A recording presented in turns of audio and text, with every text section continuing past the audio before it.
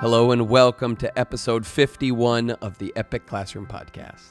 My name is Trevor Muir and I like to talk about teaching, whether it's stories and ideas from my own classrooms or lessons that I've learned from other educators.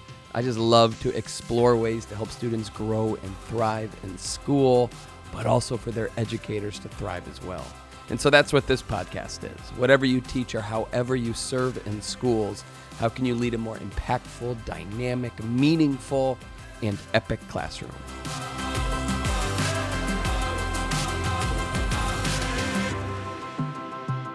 All right. Hi, everybody. Welcome back to the pod. It is so nice to be recording podcasts on the regular again. And this is one that I have been working on, writing out and researching and outlining for quite a while. So I'm really excited to dive into the subject of today's episode. And I'm not exactly sure what we're going to call it yet. I'm going to record it and then figure out how I'm going to title it, because I've also written a whole article to go with it and a video. So if you want to explore this idea in those mediums and formats, it will be available on my website at trevormuir.com, or you can get on my email list where every single week I send out the stuff that I'm working on, whether it's videos or new podcast episodes or articles. I love to just stay in touch and provide insights and ideas and stories and all this good stuff around education. I do that every single week. And so if you want to get your hands on the writing around this or my videos around this, or just want to stay in touch in the future, feel free to go and get on that email list at trevormuir.com. It's pretty easy to figure that all out. So anyway, go and do that. But let's just dive in, because I really want to talk about this. I think the title is going to be something along the lines of the AI dilemma in classrooms. Should we ban it, or do we need to adapt to it? Or maybe we'll call it something else. Maybe it's called adapting to AI, or how teachers need to adapt to the existence of artificial intelligence, because this is a topic we need to talk about. So the reason that my mind has been spinning on this lately is, I saw this Pew Research poll that says only 6% of American public school teachers believe that AI tools produce more benefit than harm for students. Essentially, what that poll is saying is that most educators think that tools like ChatGPT or Google Gemini or some of these other tools that are all of a sudden present in our world, that they're a detriment to students. And I've seen this sentiment reflected in schools all across the country this past summer. So I run all these different types of workshops, and one of the things that I've been talking about lately is AI and how can we use it. And that's what we're going to dive into in this podcast. But when I start these workshops, I always show educators or whoever's in my audience ways that they can use AI to stream lesson planning or enhance their learning units. But I always begin with the discussion about this relatively new tool.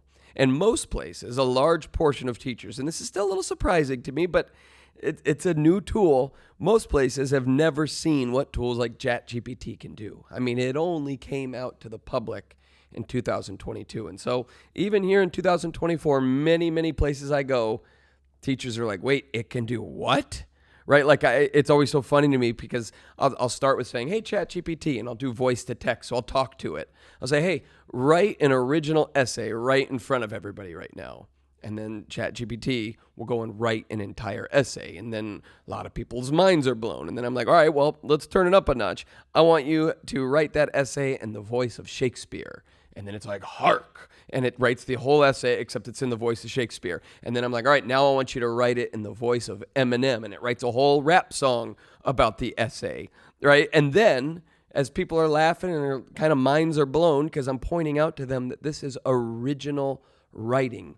ChatGPT is not plagiarizing this information. It's not taking somebody else's writing and copying it. It's writing an original piece right in front of everybody in real time. So this blows people's minds. And then I say, all right, now I want you to write this essay in the voice of an 8th grade student trying to get out of writing a 5-paragraph essay for English class. And it does that unbelievably well.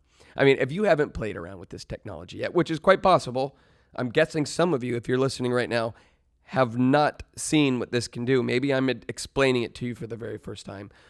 pause the podcast, go to chatgpt.com and type in any of these prompts that I just said here. It will rock your world.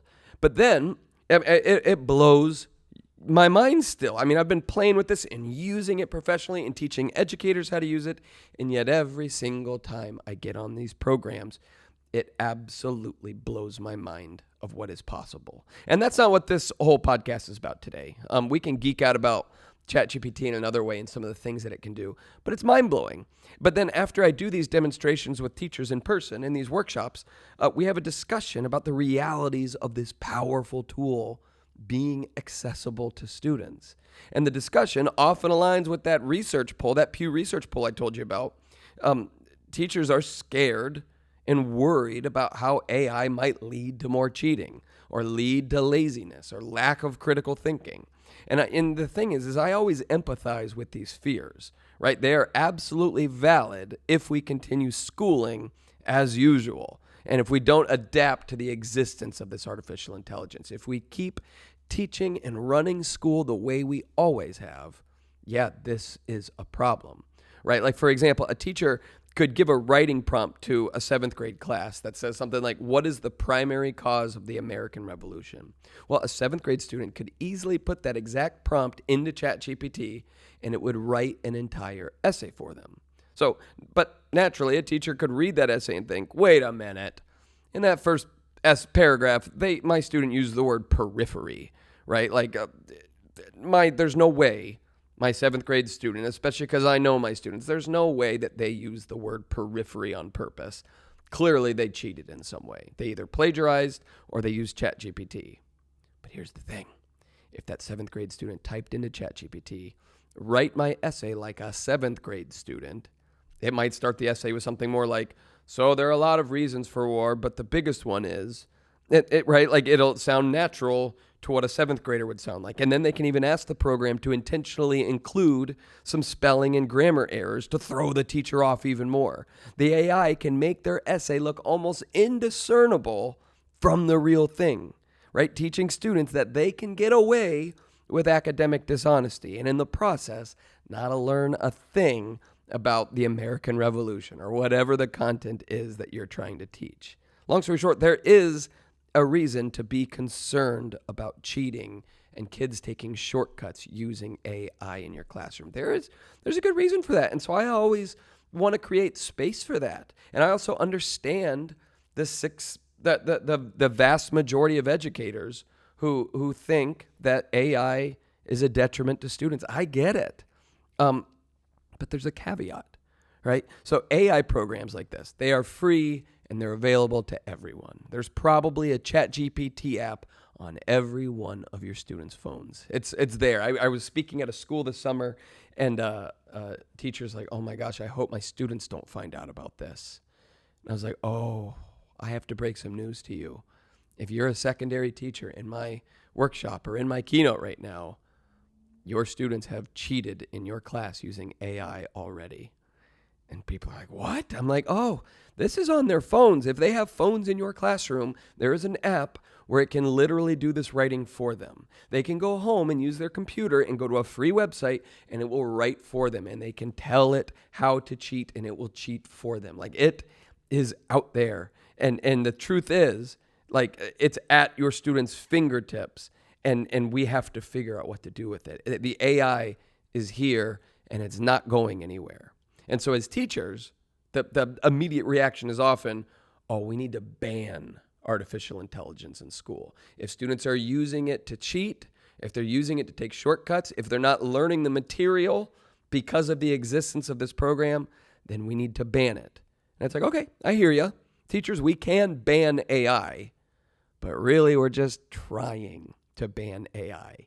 Because you know it's true. Kids will find a way. Kids have always found a way around it. In the 1970s, did you know that calculators were banned in almost all schools in the country?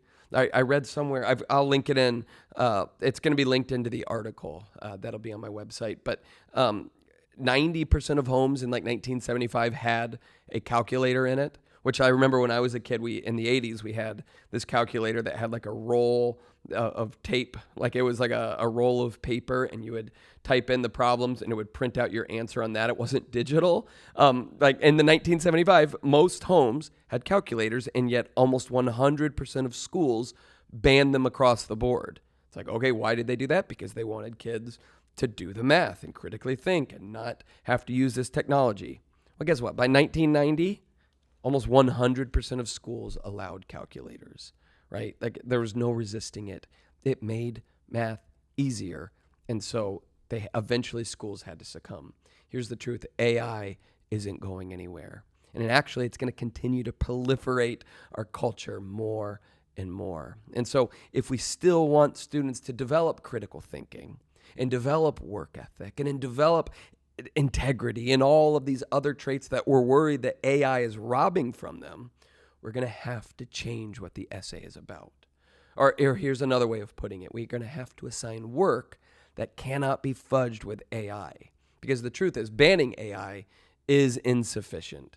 And so we're going to have to figure out, how do we give work that just can't be regurgitated, right? Like asking students to regurgitate information from a lecture or a website or a book is no longer going to work. Many students will find a way to use AI to write these papers for them. And even if you use strategies to prevent that from happening, like, and this is a big one, by the way, there's lots of articles and conversations out there about how do we mitigate AI? Like, how do we do things to where, like, hey, AI just can't do this because we've created systems in place. Like, hey, we're going to do in-class writing assignments that are disconnected from the internet, right? Like now you can't use AI because you're only using paper. It's like, okay, I hear you. And it's like, yep, if we're only going to assign summative assessments that have in-class writing, yep, students will probably have a tough time to use AI. But here's the truth. Someday when students are no longer in your classroom, they're just going to use AI for that type of writing, right? And banning it in the classroom is just a temporary fix. It's a Band-Aid for this wound, which raises the question, if it's just a temporary fix, it raises the question, was the learning experience really that important in the first place? If it's just about, can they do it here in this moment? Like, was it actually that important in the first place? And also, if we're being honest, why wouldn't students use AI in future writing when that's no longer banned and it's available to them, especially if they find it to be the most effective and efficient route to completing necessary work? Why wouldn't they use it? I know as a professional writer, I use AI as an assistant all the time. And maybe that's another conversation we can have about how can teachers use it. Today, I want to focus on students at the center. But I tell you, as a writer, it can be a really, really helpful tool. You know, when I'm writing something like, the notes to this podcast, or when I write an article or I write a script, yeah, I still use my brain because I like to write. I like the joy of it. I like having things in my own tone and voice. But sometimes when I get hung up on a sentence and I'm like, man, how do I want to end this? Or what's a better word? Or I've been really repetitive with that word. I'll put my paragraph into ChatGPT and say, hey, find me 5 suitable replacements for this word. Or, hey, I've got this sentence. I'll write this right into ChatGPT. I've got this sentence, but I'm struggling with figuring out a good way to finish it. And then it'll give me some ideas, and I'll take what I think is good, and I go and work with it. I mean, that's what we can teach students how to do, but that's what I do. And so if that was banned from me, I just wouldn't be as effective, and I wouldn't be as efficient. And so the truth is, students are going to want to use this tool someday. And if we just ban it outright in schools, we're just delaying the inevitable. So again, this does raise a conundrum, though. I hope that you're seeing the grayness in this. This is a conundrum because when you take a shortcut, when students take a shortcut, they're missing out on the critical thinking and the work ethic that comes with doing all of the writing. However, whether you like it or not, people will take the shortcut, even if it's not the best thing for them. That's just the reality. People are going to take the shortcut, right? Like, yes, I could go through my writing and correct all of the spelling and grammar on my own using prior knowledge. I could do that. I can also just go to spell check and have it identify it for me. So I'm not spending my time doing that. And instead, I'm spending my time doing the things that I find more valuable. And so people are going to take the shortcut. Students are going to take it. So yeah, there is a cause for concern. But here's a caveat. The concern is only if school continues business as usual. Let me explain. Without adaptation, if we don't pivot what school looks like, yeah, AI will create more cheating and apathy and uncritical thinking. I don't know is that a word, uncritical thinking? Yeah, it's going to create that if we don't adapt. If we keep assigning writing prompts like what caused the American Revolution, we're in big trouble, right? Because kids are just going to use ChatGPT for that, or they're just going to do Google for that because the answer is just about remembering the information and regurgitating it, or not even having to remember it anymore and just copying it from one place to another. And so to me, the call to action is coming up with assignments that AI cannot do on its own. We also need to figure out work that is inspired and authentic and requires the human brain that students need to be present for in order to complete. And then we also have to find out ways to incorporate and utilize AI in a responsible way in the classroom. This is what we need to do.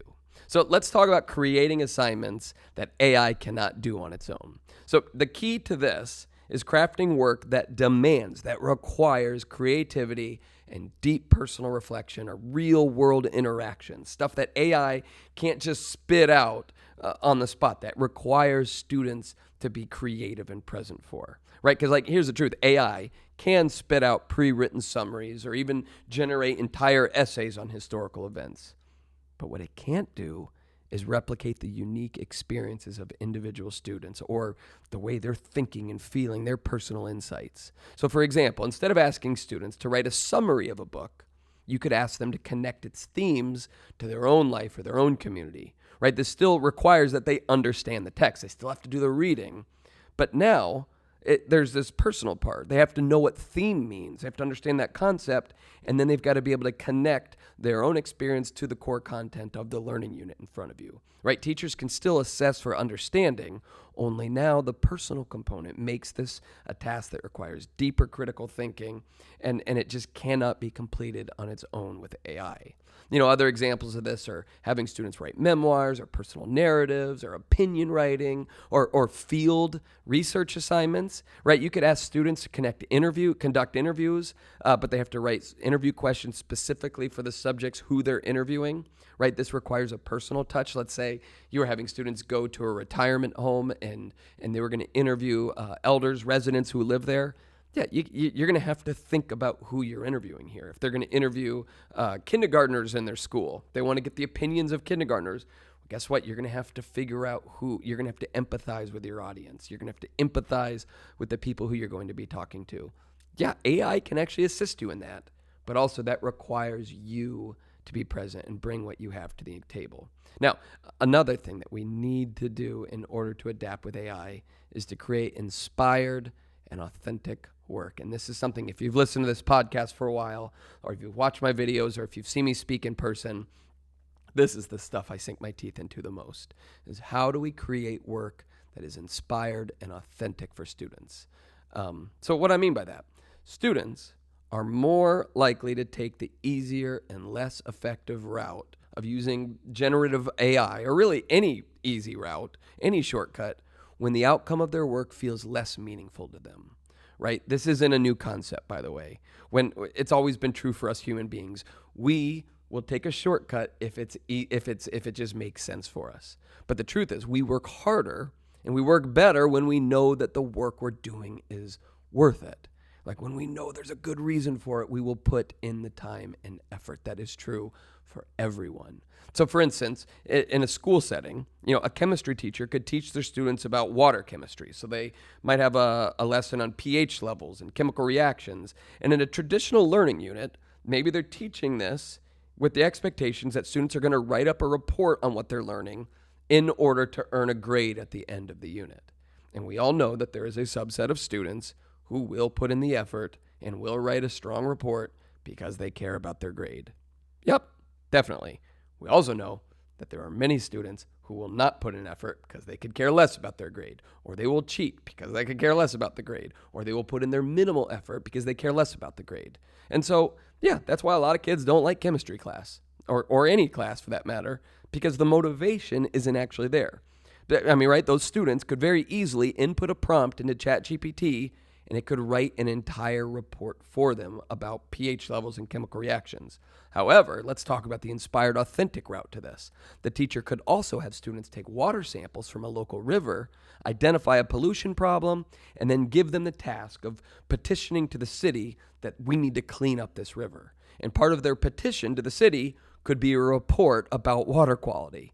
Now, this report has this inspired outcome, right? Not only is it relevant, it's about a specific local river's water quality, but it also is a cause now that matters to students. It matters to them, right? They care about, we're actually doing something with the science. It still is requiring the academic rigor. You're still learning about pH levels and chemical reactions, but now it's being incorporated in something that's real and authentic.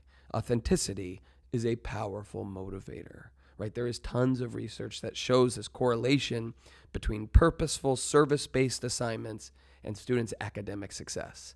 And this is why project-based learning needs to become more and more prominent in every classroom, especially in this age of AI. At its core, PBL is about authentic motivation. Forget about the acronyms. It's really about authentically motivating students. And if we want students to build resiliency and not take AI shortcuts, then we have to give them a good reason to put in that effort. Now, we also need to make sure that we're teaching students how to use AI effectively and responsibly, right? We're still at the very beginning of this age of artificial intelligence, right? The current model of ChatGPT, I think of it this way, it's like the telegraph to the telephone, right? It's the Wright brothers glider that will someday become a rocket that lands people on the moon. Like, we are in the early stages of this technology. Again, it only came out in 2020.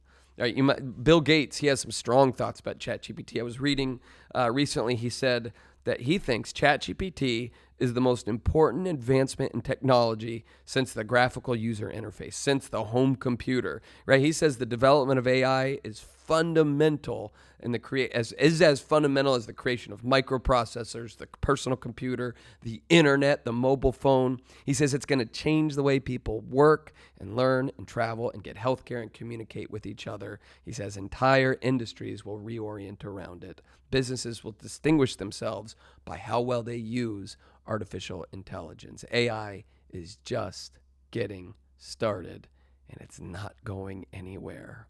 And so, I know I'm kind of beating a dead horse, but as I said, many educators are tempted to mitigate the effects of AI in the current model of school. You know, they're like, how can we prevent it? How can we stop it?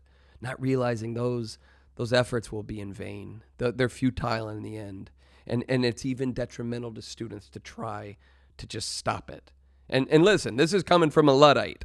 This is coming from somebody who believes that we need more hands-on, disconnected learning experiences, that we need to get screens out of the hands of children. So it's like, I'm not even a giant techie, but also there's just this reality that this tool is powerful and it's present and it's not going anywhere. And so the call to action for educators is we have to teach students how to use it well and how to use it responsibly. We have to do it. We've got to teach them how to harness its power and use it in a responsible way. You know, this is to teach them how to use it responsibly in the future for someday in their lives, but also because it has this ability to deepen their learning here in the present.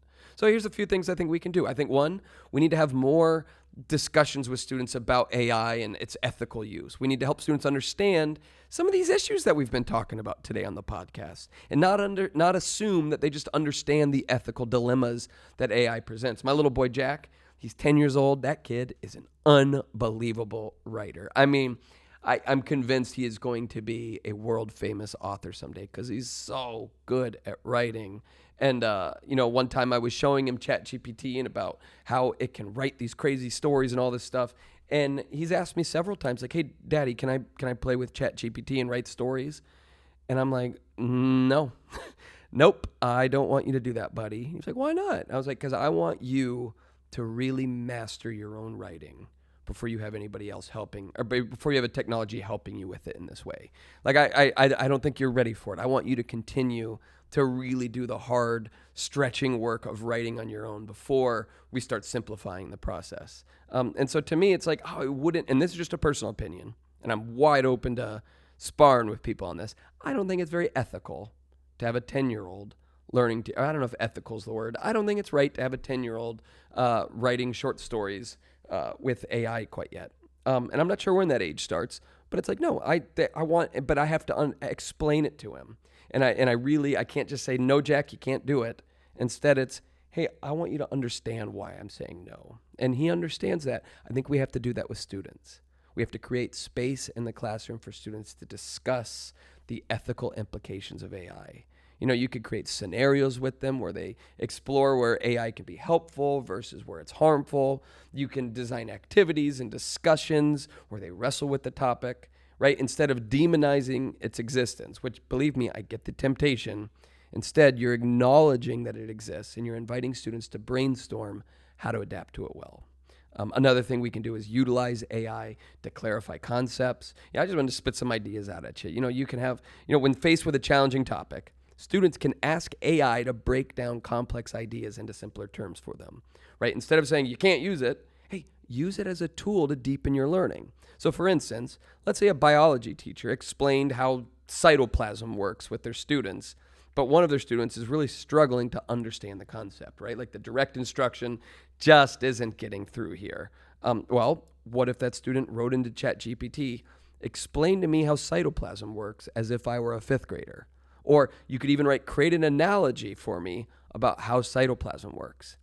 Guess what? AI will do an unbelievable job at this. If you've never tried this before, go to ChatGPT and try it. But it is unreal. And then, let's say ChatGPT explains it, and they're like, I still don't get it. Say, hey, do it to me, or explain it as if I'm in third grade or kindergarten. It will continue to bring it down, and then you could say, okay, let's go back up to 8th grade, like 9th grade, and it'll just continue to adjust the writing until students get it.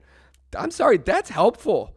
That's really, really useful to have that. I use that all the time. I'll read a research paper that a PhD wrote, and I'm trying to understand the data, and I'm like, I just don't get it. And maybe it's because I'm just not smart enough. I don't know, but I know what I can do. I copy and I paste it into ChatGPT, and I'll say, hey, summarize this for me in a little bit more layman's terms. And it does it, and I'm like, oh, now I get it. And then I can go back to the article and read it again, except now I have a new understanding for it because ChatGPT helped me. That's useful. That's something we can teach students how to do. And then when they're not in our classrooms anymore, they're still going to know how to use the tool in that way. We can also give students, teach them how to use it as research assistants when they're doing work, right? Instead of banning it when students are doing research projects. What if instead it was an assistant for it, right? They can use AI to quickly gather relevant information or research. But then alongside it, because you can go into ChatGPT and say, find me 10 pieces of research about the discovery of cytoplasm and how it works. Well, it'll do that for you, but you also, during your discussions with students, you have to make them aware that there could be incorrect information here. Just like Wikipedia, it might not all be valid. And so you teach them how to go and find valid information. How do you cross-check? How do you make sure that whatever ChatGPT is giving you is actually accurate? How do you go around the internet and find other sources? There's a great tool. I actually have I think I did a whole podcast on it. It's called the CRAP test. And it's an acronym, CRAAP, about how to evaluate sources. How do you figure out if information on the internet is crap or not? So it can be a research assistant. You could have when students are doing problem-solving tasks and project-based learning, right? You can integrate AI into real-world problems. So, for instance, say your students were designing a new dog park for your city. You're doing a project, and their ultimate goal is they're going to present their plans for a dog park to the city. But you could say to your students, your ultimate goal is to give this proposal to city council, but part of your proposal has to require an environmental impact report. Well, AI can assist students by analyzing data that they put in. You could ask for local data on wildlife and weather patterns and ecosystems, and it can actually help them come up with detailed summaries about this that they then can incorporate into their presentations and their summaries, right? It can actually be a really helpful assistant. And they could, listen, here's the deal. They could find that same information by doing lots and lots of Googling, but instead, they can expedite the process and spend more time instead of having to locate the information through the web of the internet. It can be given to them, they can cross-check it, and then they can move on to more creative work that maybe requires more of their creativity and knowledge and less of just their ability to search the web. And you can say, well, I want them to learn how to search the web like that. It's like, I hate to break it to you. They're not going to do that anymore.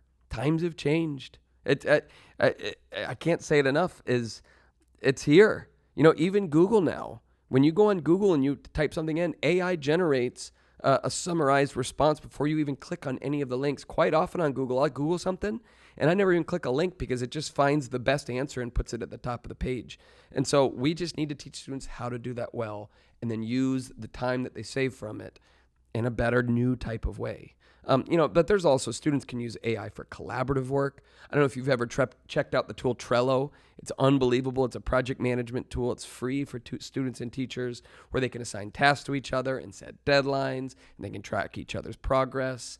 Students can record their discussions with each other or their brainstorming sessions when they're in group work or doing collaborating, but then they can record their dialogue and then take the transcript and put it into ChatGPT, which will clean up the dialogue for them or even summarize main points and organize it. And so now they have like a transcript of their work, right? Like there's so many ways we can use these tools, but it can't happen unless we're open to it, right? So let's sum this up. Artificial intelligence is powerful, it's useful, and it's not going anywhere.